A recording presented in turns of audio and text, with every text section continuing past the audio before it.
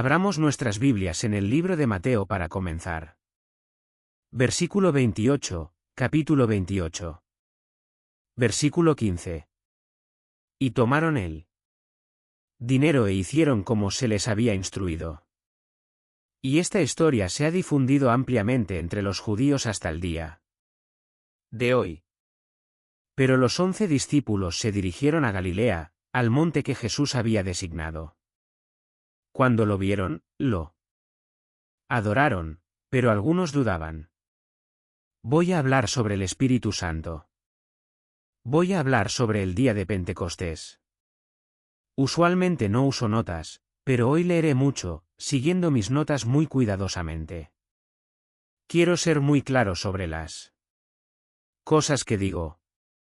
Ahora te preguntarás, yendo a la Gran Comisión, ¿por qué empezaría en el versículo 15 y por qué terminaría en el versículo 17? Porque quiero hablar sobre los discípulos y una transformación que ocurrió en sus vidas.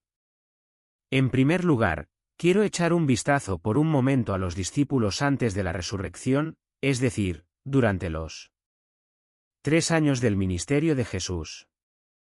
Fueron a menudo reprendidos por su dureza de corazón y su incredulidad. Jesús los llamaba hombres de poca fe en Mateo 16, 8. Discutían sobre quién de ellos sería el mayor en Marcos capítulo 9 versículo 33. En su propia justicia y prejuicio, querían hacer bajar fuego del cielo sobre los samaritanos. En Lucas 9 y 54, una vez Jesús dijo que eran piedras de tropiezo para él porque no tenían la mente puesta en los intereses de Dios, sino en los del hombre, en Mateo 4 y 23. En la crucifixión, estos hombres abandonaron a Jesús y Pedro incluso lo negó ante una pequeña sirvienta. Es importante recordar eso, una sirvienta negó a Cristo ante una sirvienta. Y finalmente, en general, no eran grandes hombres de valor, virtud o perspicacia. Pero en las mismísimas palabras de Jesús, eran hombres necios y tardos de corazón para creer todo lo que los profetas habían dicho. Estos fueron los hombres llamados por Jesucristo para cambiar el mundo. Ahora miremos por un momento a estos hombres después de la resurrección a partir de este pasaje. Antes de hacerlo, mira en el versículo 15, hablando sobre los soldados que dieron falso testimonio con respecto a la resurrección de Cristo. Dice, y tomaron el dinero e hicieron como se les había instruido, y esta historia se difundió ampliamente entre los judíos y es hasta este día. Y luego ves el 16, pero los 11 procedieron a Galilea. Aquí vemos una gran división que sigue ocurriendo incluso hasta el día de hoy. Ves un grupo de hombres que no buscan más que desacreditar el testimonio del Evangelio y la resurrección de Jesucristo. De hecho, vemos un sistema mundial entero que, sin saberlo, está dentro de una gran conspiración satánica para restringir y oprimir el Evangelio. Los hombres que acabo de describir, ahora son llamados a salir a ese mundo como ovejas en medio de lobos y dar testimonio de Cristo. Ahora han visto a Cristo. Para cuando llegamos al versículo 16, estos hombres han visto a Cristo. Han visto al Cristo resucitado, pero ¿qué encontramos en este pasaje? Encontramos una mezcla de la realidad de la resurrección y adoración, irreverencia y incredulidad. En primer lugar, quiero que mires el versículo 16, pero los 11 discípulos procedieron a Galilea. Vemos obediencia. El Maestro les ordenó, el Señor resucitado les ordenó ir a Galilea, y eso fue lo que hicieron. Les ordenó ir a Galilea y eso fue lo que hicieron. También vemos reverencia, nuestra adoración. Cuando lo ven de nuevo, lo adoran. Así que vemos obediencia, vemos adoración, todo parece estar bien. Pero entonces otra palabra se usa aquí, dice en el versículo 17, Pero algunos dudaban. La palabra duda aquí proviene de la palabra griega distazo, que significa un doble estado. No sabían en qué pie apoyarse. Un pie de creencia de que este es el Cristo resucitado, un pie de incredulidad. Es la misma palabra utilizada de Pedro cuando se le llama a caminar sobre el mar y se llena de duda y comienza a hundirse. Entonces, incluso después de la resurrección de Jesucristo, y ellos lo están viendo visiblemente, podemos ver que tiene un impacto en ellos. Pero vemos algo muy importante, ni siquiera la realidad de la resurrección de Jesucristo es suficiente para transformar a estos hombres. Todavía tienen dudas. Todavía no están seguros. Ahora, ¿qué estoy tratando de decir? Hay una necesidad de Pentecostés.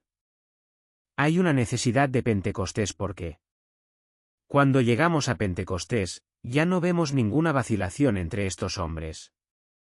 No vemos nada. Aquí está Pedro. Ahora, quiero que pienses en esto, él niega a Cristo, el Mesías, ante una sirvienta, una niña pequeña. Ahora antes de continuar, ¿has hecho eso? Te llaman a dar testimonio en una estación de gasolina, dar un folleto a alguien, solo a un individuo, y no puedes reunir suficiente valentía. Sales de allí avergonzado. ¿Puedes identificarte con Pedro? Bueno. Sigamos adelante. Después de Pentecostés, ya no vemos este tipo de vacilación. ¿Qué vemos? Vemos exactamente lo que Jesús prometió. Y aquí está lo que él prometió, Lucas 12:49, y he aquí, estoy enviando la promesa de mi Padre sobre ti. Pero debes quedarte en la ciudad hasta que seas revestido de poder. Hechos 1:8, pero recibirás poder cuando el Espíritu Santo haya venido sobre ti y serás mis testigos tanto en Jerusalén como en Judea y Samaria, incluso hasta los confines más remotos del mundo. Así que aquí vemos a Pedro negando a Jesucristo antes de una sirvienta. Después de Pentecostés, vemos a Pedro de pie ante toda la nación judía, todos sus líderes, los mismos hombres que crucificaron al Señor y proclamando audazmente a Cristo. Ahora, querido amigo, quizás sería bueno si simplemente terminamos ahora y simplemente trataras de envolver tu mente alrededor de eso. Esto es cataclísmico. Esto es inexplicable. Esto es fenomenal lo que ha sucedido a este hombre. Se ha convertido en un hombre diferente. Incluso la forma en que trata las escrituras, ¿te diste cuenta? Quiero decir, incluso cuando Jesús estaba con él, trataba las escrituras de una manera vacilante, en el monte de la transfiguración. Él malinterpretó completamente todo lo que estaba sucediendo allí. Pero cuando lo ves después de Pentecostés, ves a un hombre diferente, una audacia diferente, un conocimiento diferente, ves a un hombre diferente. ¿Ves? Algo más que un hombre. Ahora, ¿qué sucedió el día de Pentecostés? El Espíritu Santo vino sobre los discípulos y fueron revestidos con poder. Ahora, la palabra revestidos se traduce de la palabra griega enduo, que significa investir a alguien con, ser revestido con, estar vestido en. Estamos hablando ahora, no quiero que mires esto solo de manera figurativa o en una manera poética y le quites el significado. Ellos estaban literalmente revestidos de poder. Estaban vestidos de poder. Como un rey podría vestirse con túnicas reales, como un soldado podría vestirse con las prendas de batalla y las armas de batalla, estos hombres estaban revestidos de poder. Estaban vestidos de poder. Estaban vestidos en ello. Ahora, quiero leer algo. Aquí está el debate. Sé que hay un gran debate, sobre el tema del bautismo o el derramamiento del Espíritu Santo. No voy a entrar en todas las sutilezas de ese debate, pero tengo una pregunta para ti. Solo tengo una pregunta para ti. Ahora no pases por alto esta pregunta, solo pregúntate, ¿cómo se aplica a ti? ¿Describirías tu vida? ¿Describirías tu ministerio como investido con poder, revestido con poder, vestido en poder? Si dirías que no, entonces te preguntaría la pregunta, entonces ¿cuál es la diferencia entre ellos y nosotros? Puedes decir con el apóstol Pablo, mi mensaje y mi predicación no consistían en palabras persuasivas de sabiduría, sino en demostración del Espíritu y de poder. Ahora cambiemos eso un poco para que se aplique a todo creyente, que mi vida no consistía solo en palabras persuasivas de sabiduría o conocimiento, sino que mi vida misma es una demostración de la persona del Espíritu y poder. Ahora no intentes explicar esto. Solo pregúntate esta pregunta. Quiero decir, sé honesto. Ahora, ¿qué nos enseña todo esto? Quiero leer de nuevo. La resurrección fue una gran vindicación o demostración de las afirmaciones de Cristo. Sin embargo, incluso este gran evento no pudo producir los resultados necesarios en los corazones de los apóstoles, aparte de la obra sobrenatural del Espíritu. El mayor conocimiento, el mayor grado de certeza con respecto a la fe cristiana no es suficiente para impulsar un esfuerzo misionero universal. No es suficiente. Los hombres más inteligentes no son suficientes. Al igual que los discípulos del primer siglo, no necesitamos infusiones o empoderamientos cada vez mayores del Espíritu Santo. Ahora, quiero dejar algo muy claro que esto no se aplica solo a los ministros, no se aplica solo a los predicadores, no se aplica solo a los hombres. Como he observado los esfuerzos de educación en casa en mi propio hogar y observo la carga y la tensión que pone sobre mi esposa y la virtud que le drena. Sé que la mayor necesidad de mi esposa es ser revestida de poder, estar vestida de poder, estar llena del poder del Espíritu Santo. No nos gusta hablar de esta manera porque nos da miedo, porque la gran mayoría de toda la conversación que escuchamos sobre el Espíritu Santo, especialmente en los medios, es herejía. Pero no puedes vivir la vida cristiana aparte, no solo del poder de conversión del Espíritu Santo, sino del poder de continuidad, de autorización del Espíritu Santo en tu vida diaria.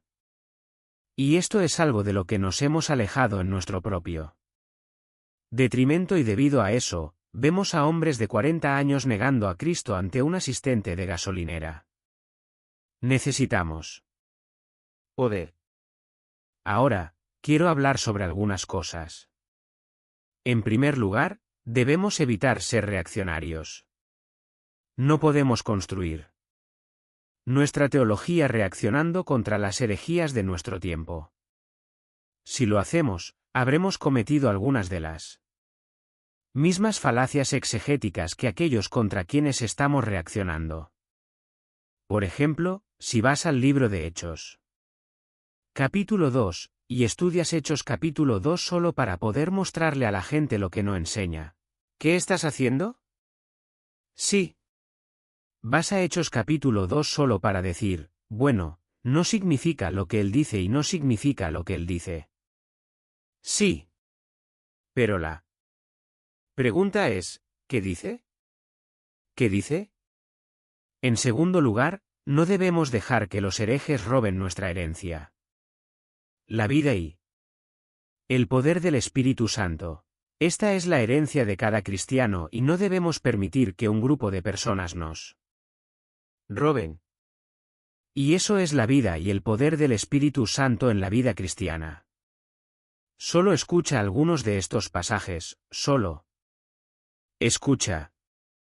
Joel 2, 28-29, Sucederá después de esto que derramaré mi espíritu sobre toda la humanidad y tus hijos e hijas profetizarán, tus ancianos soñarán sueños, tus jóvenes verán visiones.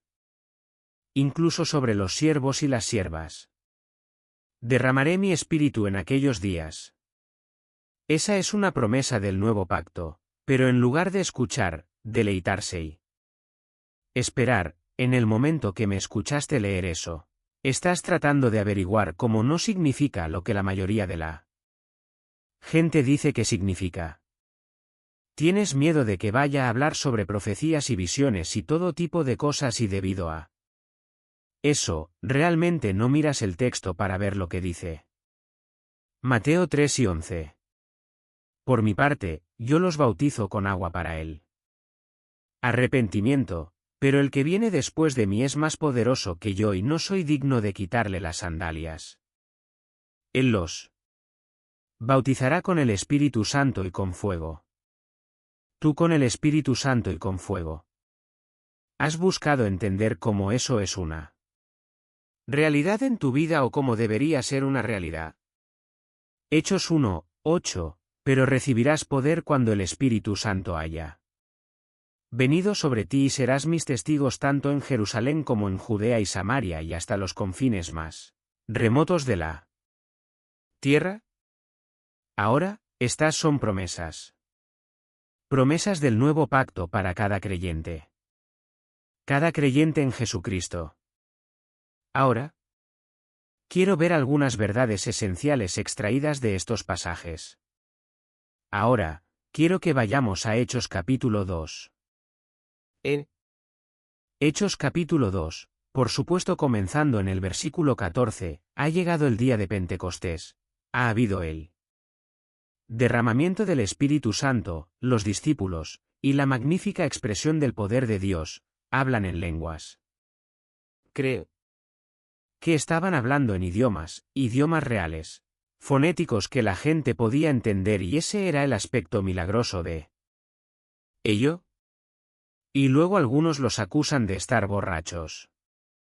Ahora, no deberíamos andar con tanta confusión y misterio y emoción en nuestras vidas que alguien nos acusaría de estar borrachos, pero diré esto, preferiría ser acusado de estar borracho en el Espíritu Santo que estar muerto sin el Espíritu Santo.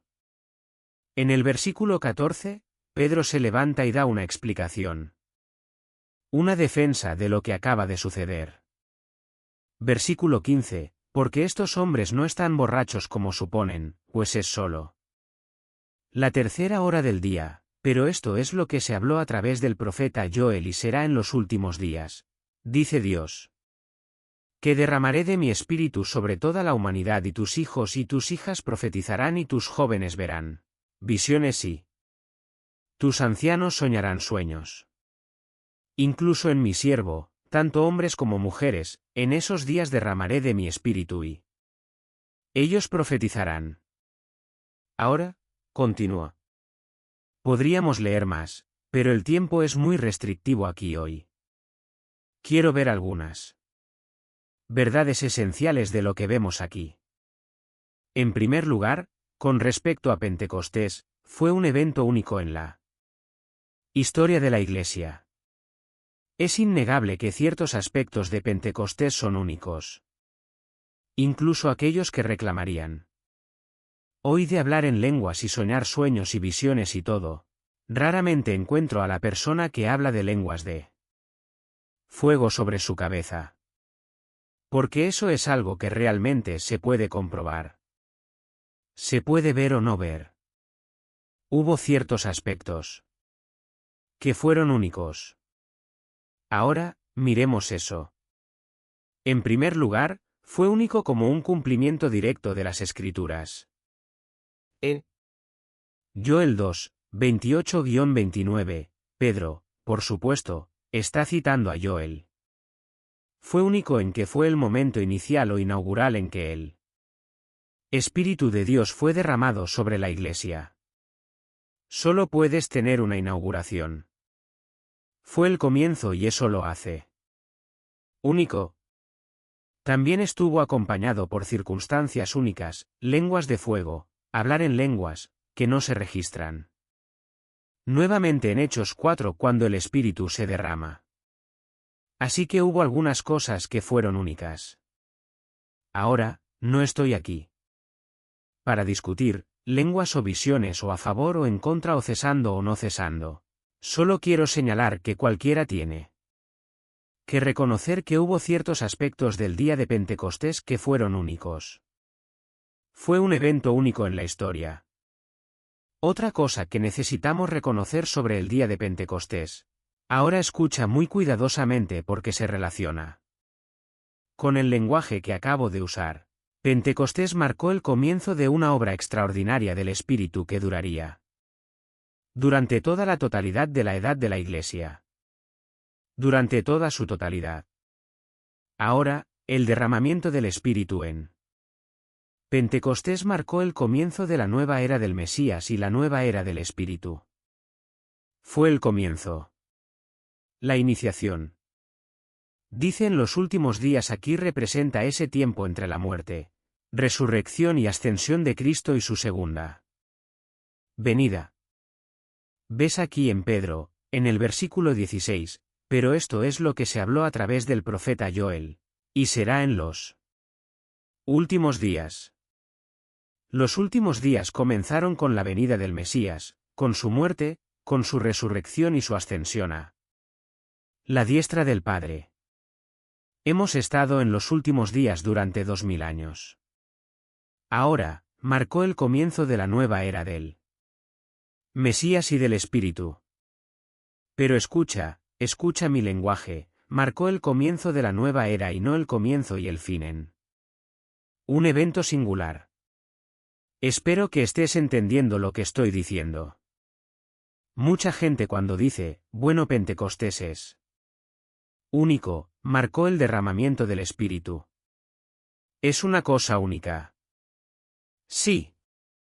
Hay muchas cosas únicas al respecto, pero lo que necesitas darte cuenta es que ese cumplimiento, esa promesa en Joel fue inaugurada en ese momento, pero no fue inaugurada y completamente cumplida para que nunca vuelva a suceder. No está diciendo que el Espíritu vino. Está cumplido. Está hecho. Ahora vas a caminar de una manera diferente sin el poder del Espíritu Santo después de la edad apostólica. No es lo que está diciendo. Es incorrecto pensar que la profecía de Joel se cumplió el día de Pentecostés o incluso en el primer siglo de la Iglesia o que terminó con los apóstoles. Pensar esto es redefinir los últimos días. Joel dijo, en los últimos días, Dios derramará su Espíritu. Los últimos días comenzaron con la ascensión de Cristo y terminarán con la venida de Cristo. Entonces esta profecía de Joel, aunque se cumplió allí en el libro de Hechos, capítulo 2, debería seguir cumpliéndose a lo largo de la historia de la Iglesia. Lo sorprendente de Joel no es que el Espíritu se derramaría sobre los líderes o se derramaría sobre los apóstoles, sino que se derramaría sobre los menos. Entre el pueblo de Dios, a lo largo de toda la edad de la Iglesia. Supongo que mi pregunta es esta, ¿cómo se relaciona esta profecía de Joel contigo y con la Iglesia hoy? Siempre que escucho a la gente hablar sobre la profecía de Joel, hablan de ella en el contexto de Hechos capítulo 2 como un evento inicial que nunca ocurre de nuevo. Pero Joel mismo está diciendo, oh Dios a través de Joel, que esta promesa es para cada creyente a lo largo de la edad de la Iglesia. Ahora, veamos algunas cosas. Si el derramamiento del Espíritu debe marcar toda la edad de la Iglesia, entonces también deberían hacerlo los resultados de ese derramamiento marcar toda la edad de la Iglesia. Ahora, quiero llegar al centro de lo que estoy tratando de decir y algunos de ustedes que tienen miradas muy preocupadas en sus rostros. Espero darles paz. Cuando miramos la profecía en Joel y la repetición de esa profecía en el libro de Hechos, creo que estamos mirando lo incorrecto. Ciertamente lo estamos mirando de la manera incorrecta. Ahora, ¿qué nos asusta de este texto? Nos asusta que hablaron en lenguas. Eso nos asusta.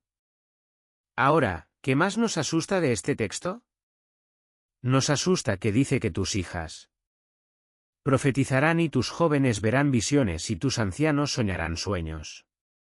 En esos últimos días derramaré de mi espíritu y ellos profetizarán. Eso es lo que nos asusta, porque decimos para nosotros mismos, bueno, hemos visto gente que reclama esto. Profetizan todo tipo de cosas y son contrarias a la Escritura, están hablando de sueños y visiones, pero parecen despreciar la propia palabra escrita de Dios. ¿Qué significa eso? Ese es nuestro problema. Nos estamos enfocando en esto. Nos estamos enfocando en esto. Ahora, quiero leer algunas cosas, para que pueda ser lo más claro posible. ¿Qué significa? Cuando leemos este pasaje en Joel, significa que los sueños, las visiones y las lenguas deberían ser la norma en nuestra experiencia cristiana. Absolutamente no. No es lo que significa. Lee las epístolas, incluso mira en el libro de Hechos, vemos que estas cosas no son la norma. El error es el error que creo que la mayoría de los creyentes sinceros cometen con respecto a este asunto es que fijan su atención en un aspecto mínimo y no esencial de una promesa o realidad mayor. Están enfocándose en un medio particular de suceder en el futuro. Aquí está la pregunta, ¿se deleita Joel en el hecho de que el pueblo de Dios soñará sueños, verá visiones y hablará en lenguas? No. Eso no es lo que tiene emocionado a Joel. ¿Se deleitaba Joel en que algún día el pueblo de Dios iba a poder experimentar fenómenos sobrenaturales? No. Esta profecía de Joel es una de las muchas promesas del nuevo pacto que anticipa cosas muy similares. Ahora voy a unir todo esto en solo un momento. Miras este pasaje y lo lees y ¿qué te llama la atención? Sueños de sueños, ver visiones, lenguas, todas estas cosas sucediendo. Eso no es lo principal ni siquiera lo importante de esta promesa y no es la cosa que debería continuar en la vida de cada creyente. De lo que Joel está hablando es lo mismo de lo que Jeremías está hablando y lo mismo de lo que Ezequiel está hablando. Él está diciendo simplemente esto: llegará un tiempo después del Mesías cuando el Espíritu del Dios viviente será derramado sobre él. Pueblo de Dios, todo el pueblo de Dios. Y estas personas tendrán un conocimiento sobrenatural, íntimo de Dios y este pueblo podrá vivir en un poder sobrenatural. La idea de visiones y profecía es solo la manera de Joel de decir que cuando el Mesías llegue, la Iglesia estará marcada por un conocimiento íntimo y verdadero de Dios, una realidad de ese conocimiento y un gran poder para vivir ese conocimiento. Siempre estamos mirando estos medios fenomenales aquí que no son la base de la promesa. Y nos hace olvidar de lo que realmente está diciendo la promesa. La promesa para toda la edad de la Iglesia del libro de Joel no es lenguas, no es profecía, y no son visiones. La promesa para toda la edad de la Iglesia del libro de Joel es que el Espíritu de Dios estaría tan habitando y tan disponible, su persona y su poder para cada hijo de Dios, que cada hijo de Dios conocería a Dios de una manera extraordinaria y podría vivir para Dios de una manera extraordinaria. Eso es lo que está enseñando. Ahora, lo que me gustaría hacer si supiera cómo hacer esas cosas de proyector que todo el mundo hace ahora, PowerPoint o como lo llamen, lo que me gustaría hacer es tomar algunas de las profecías del Antiguo Testamento de las promesas del Nuevo Pacto y explicarte cómo Joel encaja justo allí con el resto de ellas. Mira, vayamos por solo un momento solo a algunas de ellas. Vayamos a una de ellas porque tenemos tan poco tiempo. Mantén tu lugar en Hechos y luego ve a Jeremías 31 versículo 33. Pero este es el pacto que haré con la casa de Israel después de esos días. Está hablando de los días del Mesías, el nuevo pacto, declara el Señor. Ahora, ¿qué hará? Pondré mis leyes dentro de ellos y en su corazón, lo escribiré. Está diciendo que la ley ya no será solo estas tabletas de piedra, completamente externas a la gente, pero sobrenaturalmente, a través del poder del Espíritu. Escribiré estas leyes en sus corazones. Internalizaré la verdad y ellos y yo seré su Dios y ellos serán mi pueblo y no enseñarán de nuevo cada hombre a su vecino y cada hombre a su hermano diciendo conoce al Señor porque todos me conocerán desde él menor de ellos hasta el mayor de ellos. Entonces, ¿qué está diciendo? Llegará un tiempo que va a venir cuando el Mesías venga. El Espíritu de Dios será derramado sobre la gente. Internalizaré mi ley en su corazón. Lo haré parte de ellos. Lo escribiré sobre ellos. Me conocerán de una manera sobrenatural. Seré su Dios. Serán mi pueblo. Me entenderán. Avanzarán. No serán como Israel rebelde. Vivirán para mí. Caminarán conmigo. Luego vuelve a Hechos 2, y será en los últimos días que derramaré mi espíritu en toda la humanidad. Ahora él continúa dice hijos e hijas profetizarán y los jóvenes verán visiones y los ancianos soñarán sueños. Lo maravilloso de esto no es que todos vamos a llegar a profetizar o todos vamos a llegar a ver visiones. La idea es la misma que en el libro de Jeremías. El pueblo de Dios va a tener un conocimiento extraordinario de Dios. Que cada uno de nosotros, no solo el predicador, no solo el evangelista, no solo el plantador de iglesias, sino cada hijo de Dios tendría una dotación del Espíritu Santo. Una dotación del Espíritu Santo y que cada hijo de Dios entendería las grandes cosas de Dios. Y combinamos esto con Hechos capítulo 2 y Hechos 1, 8, no. Solo tendrían un gran conocimiento de Dios, sino que tendrían el poder del Espíritu Santo para vivir ese conocimiento. Joel hablando de visiones y sueños y todas estas cosas es solo su manera de decir que aunque estas cosas ocurrieron sobrenaturalmente en Pentecostés y en ocasiones en la iglesia primitiva, esa no es su idea. Eso no es lo que le emociona. Está emocionado por eso a través de todos los años de la iglesia, el pueblo de Dios sería un pueblo sobrenatural. Estarían habitados con un Dios sobrenatural y tendrían la ley escrita en su corazón y lo conocerían y tendrían la capacidad de conocer más y más de Él. De hecho, su capacidad de conocerlo solo estaría limitada por su deseo de buscarlo. Y estarían llenos del Espíritu de Dios para vivir estas verdades. Eso es lo que nos está enseñando. Entonces esta profecía en Joel es simplemente una de las muchas promesas del nuevo pacto de que seríamos ese tipo de gente. Ahora, querido amigo, he tenido que condensar tanto, es confuso incluso para mí tratar de sacar todo esto ante ti. Ahora quiero hacerte una pregunta. ¿Es esta una realidad en tu vida? ¿Estás creciendo en el conocimiento de Dios? Aprendiendo cosas extraordinarias sobre Él, de Él, sobre su voluntad. Déjame hacerte otra pregunta, que es la más importante. ¿Tienes una sensación del poder del Espíritu Santo? ¿Te describirías de alguna manera como revestido con Él? ¿Poder del Espíritu Santo? ¿Te describirías como llevado, empoderado, autorizado por el Espíritu Santo? No es la queja más grande que escucho de las personas con muy buena teología. Parece que todo en su ministerio son engranajes y ruedas.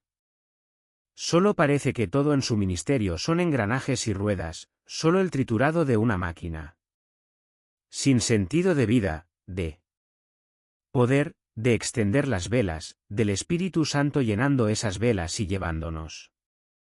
Aquí hay algunas cosas que quiero compartir contigo y nuevamente. Me disculpo por tener que hablar de estas cosas tan brevemente e incompletamente. En el momento de la conversión, una persona es regenerada e habitada por el Espíritu Santo. Regenerada e habitada por el Espíritu Santo. Sin embargo, nuestra plenitud en Cristo no es motivo para la pasividad, ni indica que lo que tenemos en Cristo no necesite ser apropiado. Has sido habitado por el Espíritu Santo. Se te ha dado el conocimiento de Dios. Pero, ¿no quieres más del conocimiento de Dios? Y en la misma pregunta, ¿no deseas mayores y mayores empoderamientos del Espíritu Santo? Quiero que escuches al apóstol Pablo. Él dice, para este propósito también ahora saca la poesía. Solo escucha la verdad. Esta es verdad proposicional. Para este propósito también trabajo. ¿Te describe eso? Trabajando. Como mamá en casa, trabajando como papá en casa, trabajando en tu trabajo, trabajando en tu ministerio. Pero mira lo que dice, para este propósito también trabajo, esforzándome según su poder que obra poderosamente en mí. ¿Es ese tipo de lenguaje extraño para nosotros? ¿Es extraño para ti?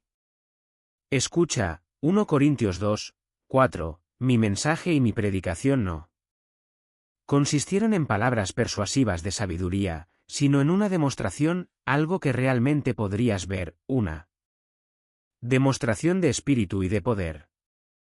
No tomes estas palabras y las conviertas en un cliché sin sentido.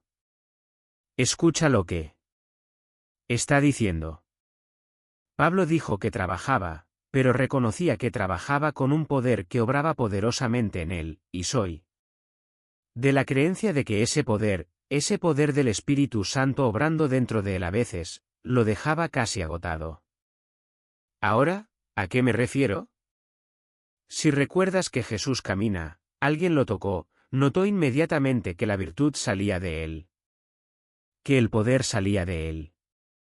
Cuando un hombre lleno del Espíritu Santo está ministrando en el poder del Espíritu Santo, incluso puede pasar factura a su cuerpo y esa es una de las razones por las cuales las manifestaciones no son continuas. Incluso un pueblo de Dios, cuando estalla un verdadero avivamiento espiritual genuino, no duran para siempre porque ni siquiera la Iglesia puede sostener tal poder. Desgastaría a la gente. Que cuando un hombre está ministrando en el poder del Espíritu Santo, sabe que la virtud sale de él y apenas puede caminar cuando baja del púlpito. Estamos hablando de lo sobrenatural que no debemos negar y que necesitamos este conocimiento. Necesitamos apropiarnos de él. Necesitamos mayores y mayores manifestaciones del poder del Espíritu Santo en nuestras vidas. Es innegable. Ahora, cuando alguien me pregunte, y lo traje aquí hoy porque sabía que no podría enseñar sino unos minutos sobre este tema, cuando alguien me pregunte, hermano Paul, ¿qué crees sobre el Espíritu Santo, la idea de Pentecostés, el bautismo del Espíritu Santo, y todo? Tendría que decir que resumiendo mi visión del Espíritu Santo mejor que nadie en este planeta, y estoy hoy, signo de interrogación, la base bíblica para entender el avivamiento.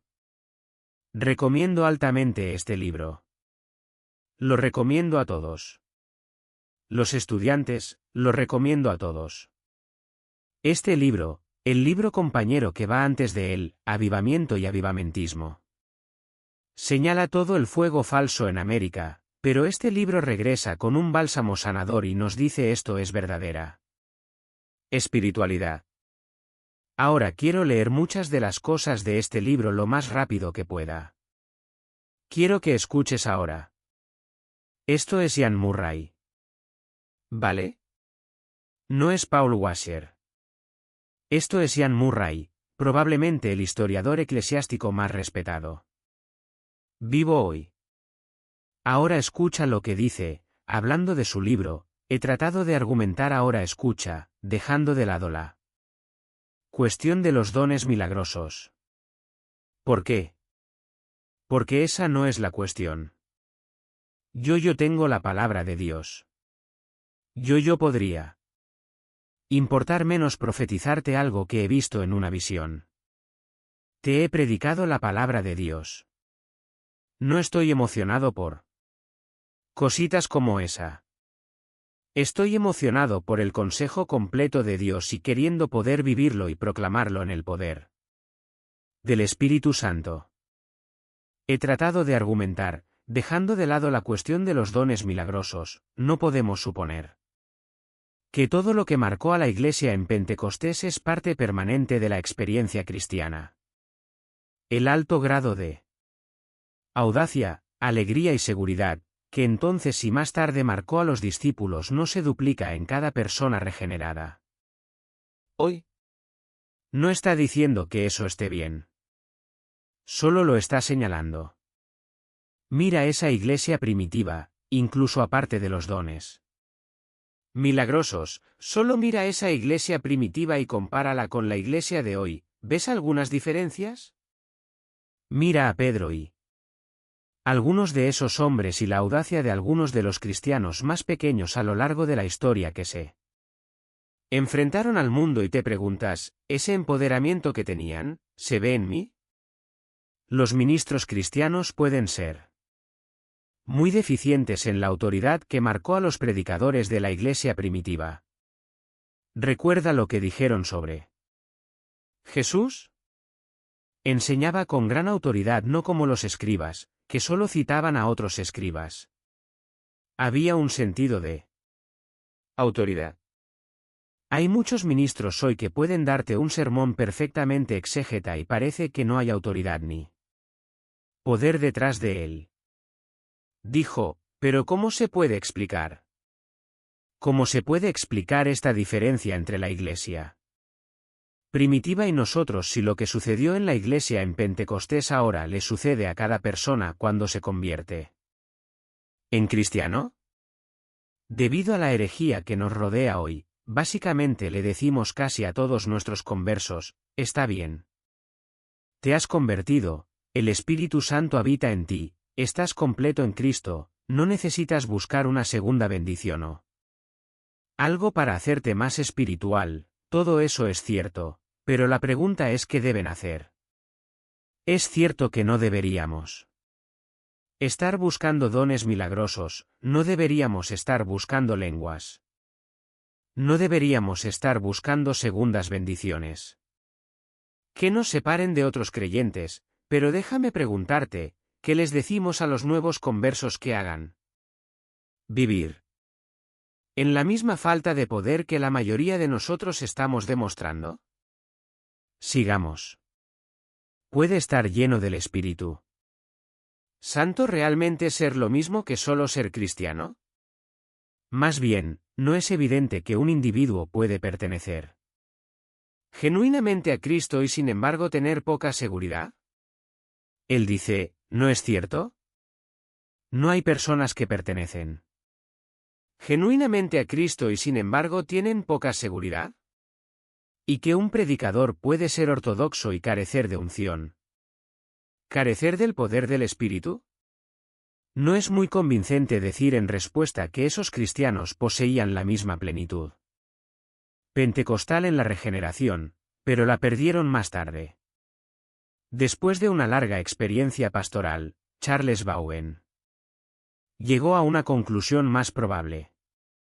Dijo esto, muchos hijos de Dios verdaderamente regenerados y dolorosamente santificados nunca alcanzan, aparentemente al menos, la dulce bendición de la unción del Espíritu. En otras palabras, Podemos estar regenerados y sin embargo no parecernos a los predicadores llenos del Espíritu y los cristianos de la era apostólica, y eso es verdad. No se puede negar.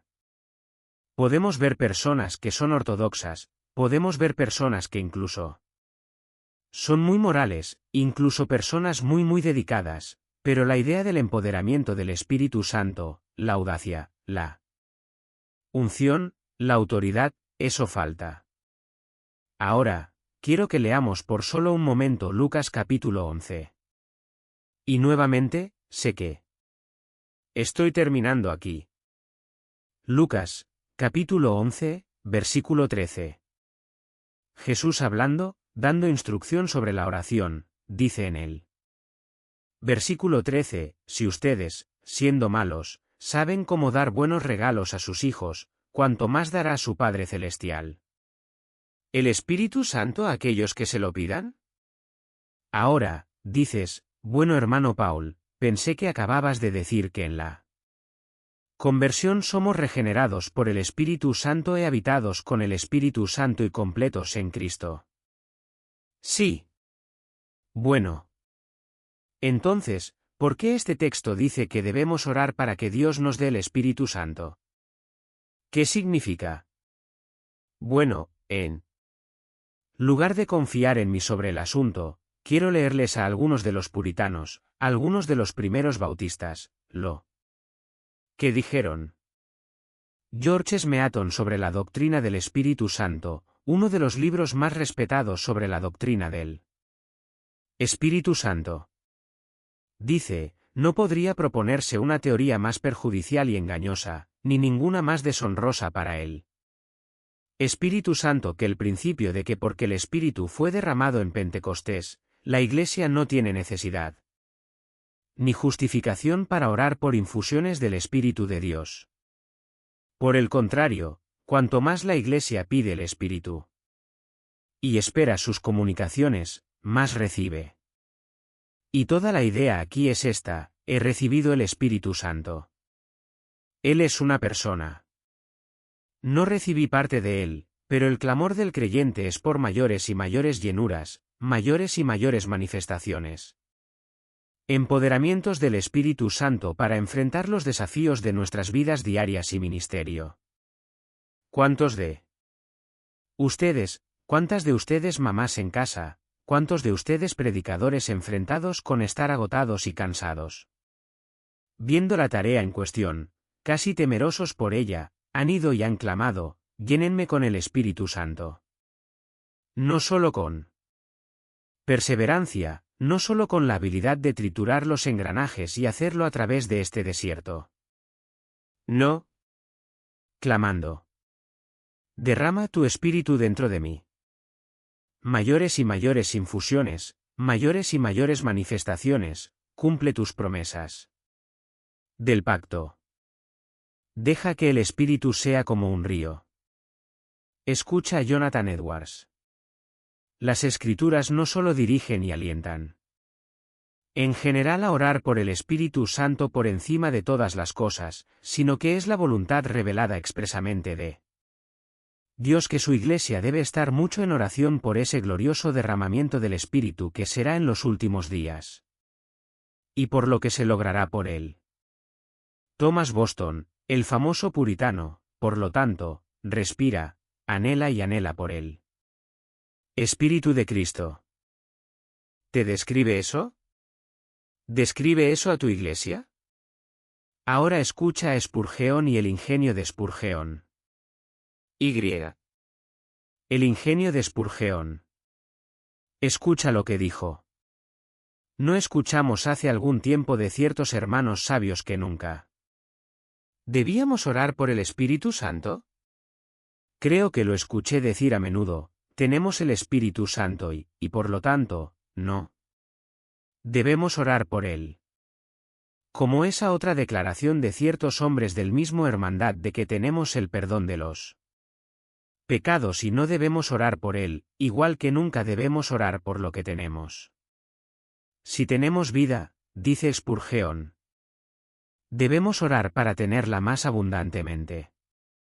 Si tenemos perdón en un aspecto, debemos orar por un sentido más completo de ese perdón, y si tenemos el Espíritu Santo, de modo que estamos vivificados y salvados, no le pedimos en esa capacidad, pero pedimos su poder en otras direcciones y por su gracia en otras formas.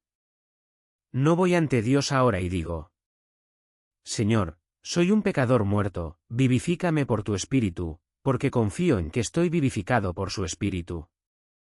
Pero, siendo vivificado por el Espíritu de Dios, ahora clamo: Señor, no dejes que la vida que me has dado disminuya hasta que se vuelva muy débil, sino dame de tu Espíritu para que la vida dentro de mí pueda ser fuerte y poderosa y pueda subyugar todo el poder de la muerte dentro de mis miembros para que pueda manifestar el vigor y la energía que provienen de ti mismo a través del Espíritu. Oh, ustedes que tienen el Espíritu, les está hablando a su iglesia, ustedes son los mismos hombres para orar para que puedan experimentar más de sus operaciones inigualables y sus influencias llenas de gracia y en toda la benignidad santa de su morada puedan buscar que aún más y más que lo conozcan. Tienes esto como tu aliento de que Dios dará el Espíritu Santo a los que lo pidan. Hermanos, escucha a John Owen, el técnico de todos los teólogos. Posiblemente el más grande. Este es el trabajo diario de los creyentes. Sí, por lo tanto, nuestra vida para Dios o la alegría de esa vida se considera grande, en esto debemos abundar, pedirle al Padre como los niños piden a sus padres el pan diario, pedirle el Espíritu Santo. Está diciendo que este es el trabajo diario del creyente. Déjame preguntarte, ¿es este tu trabajo diario? ¿Sabías que cuando Spurgeon la mayoría de la gente no entiende a Spurgeon? Atribuyen todo de Spurgeon a su gran mente. ¿No? ¿Memoria fotográfica?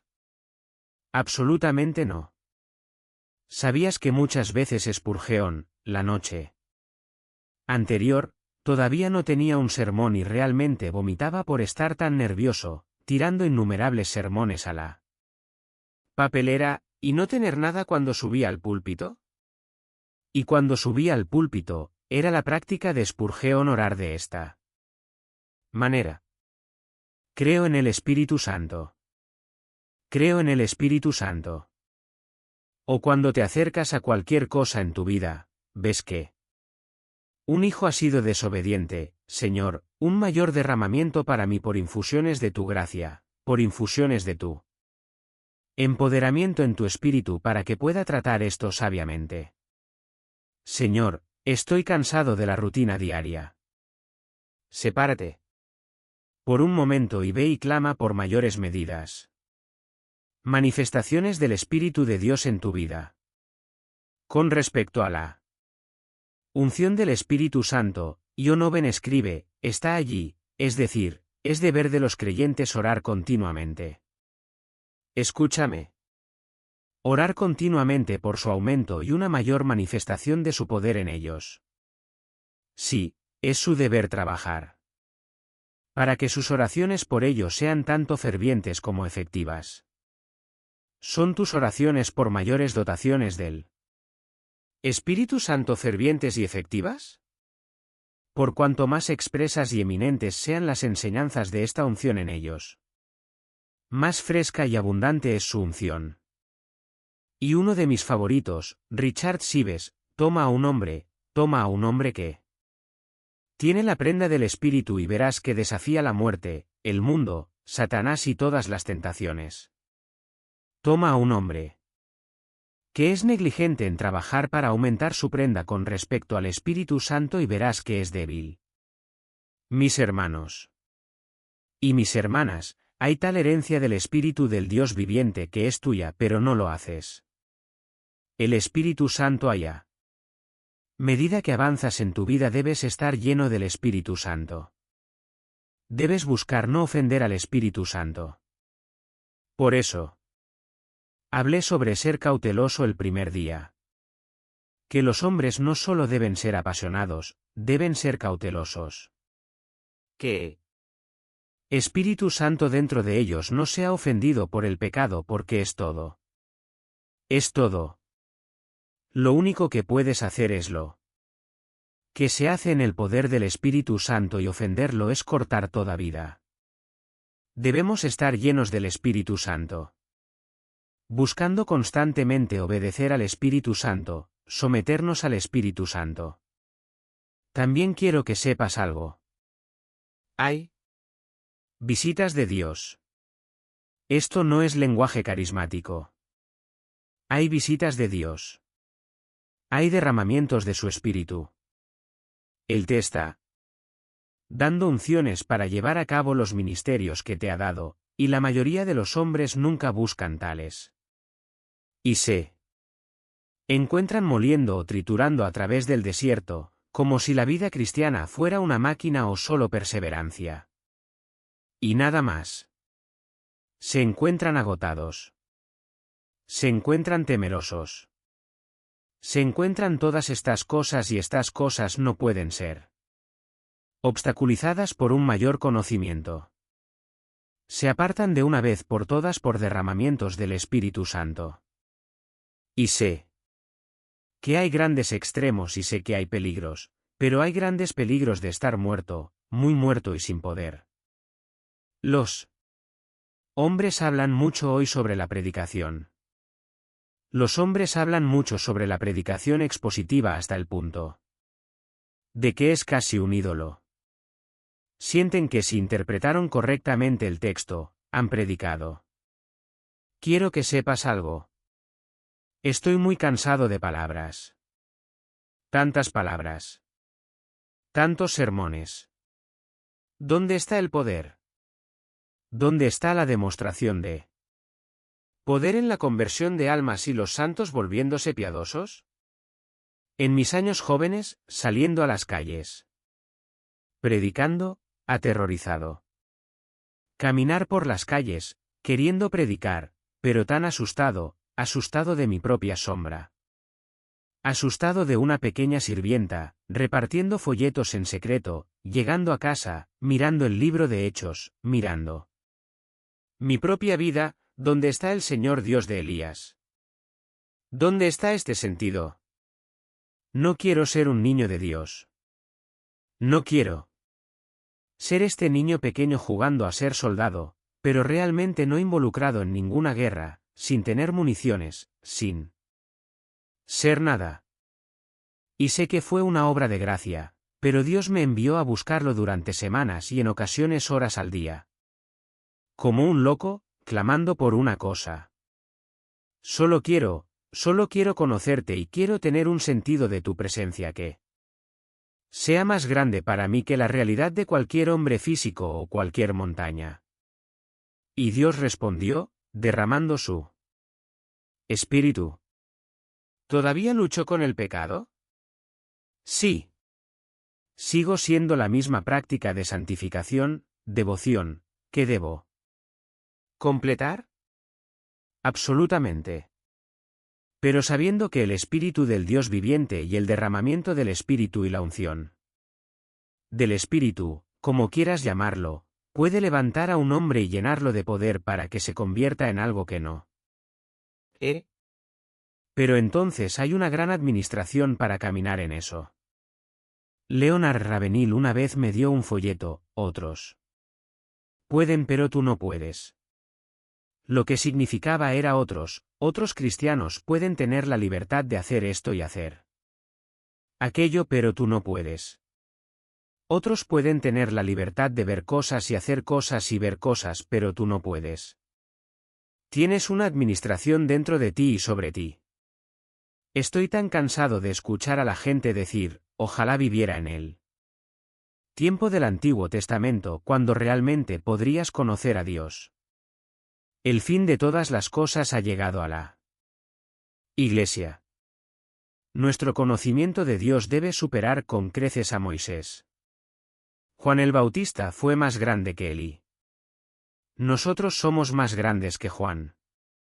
El Espíritu viviente de Dios que nos habita, que nos unge, que nos empodera para ver lo milagroso, Que la palabra de Dios avance y cuando avance, Dios habla a los corazones de los hombres y dice, haya luz y hay conversiones y hay obras de santificaciones y son santificaciones, y creen en Dios en oración. Oh, no descuides tu herencia. No intentes llevar a cabo estas tareas imposibles de criar familias piadosas, de ministrar en una iglesia aparte del Espíritu. El Espíritu de Dios puede venir tan fuertemente sobre un hombre que lo desgarra en dos. Esa es tu herencia. Oremos. Padre, oro para que en primer lugar, elimines todo malentendido, cualquier tendencia hacia el extremo, que te busquemos y busquemos por tu bien mayores y mayores empoderamientos, dependencia del Espíritu Santo. Que cada debilidad, que cada obstáculo aparentemente insuperable nos lleve a clamar, oh, Dios, derrama tu Espíritu. Amén. Úngeme para la tarea. En el nombre de Jesús. Amén. Guau. Ora para que todos seamos desafiados y convencidos por esas palabras. Que así sea. En nuestros corazones y nuestras vidas, que clamemos por esto. Solo considerándolas. Palabras del Señor Washer anoche, incluso en no desperdiciar estos tiempos y pasar tan rápidamente a otra cosa, tener.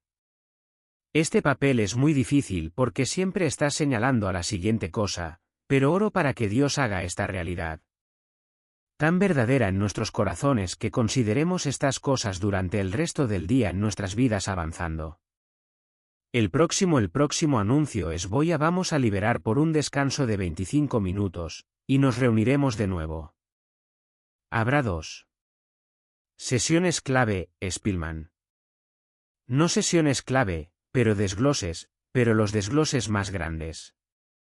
Uno sucediendo aquí en Spillman, y uno sucediendo en el Auditorio ARC. Doug Phillips hablará aquí sobre la contextualización, y Jeff Paler estará en el Auditorio ARC hablando sobre todas las cosas para todos los hombres. Así que nos reuniremos de nuevo unos minutos antes de las 11 en punto, para esos mensajes. Gracias. Estás despedido.